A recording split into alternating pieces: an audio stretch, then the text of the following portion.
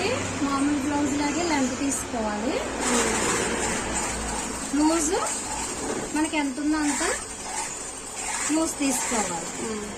తీసుకున్న తర్వాత మనకి బోట్ నెక్ అనేది షోల్డర్ బేస్ అయ్యి షోల్డర్కి ఇప్పుడు మనకి 17 వచ్చిందండి. 17లో ఆఫ్ ఎంతండి?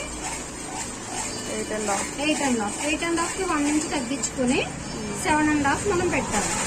ఈ 7.5 అనేది ఇటు సైడ్ నుంచి షోల్డర్ 3 ఇంచెస్ తీసుకుని మిగతాది మనం నెక్కకు తీసుకోవాలి. ఇక్కడ షోల్డర్ పైన మనం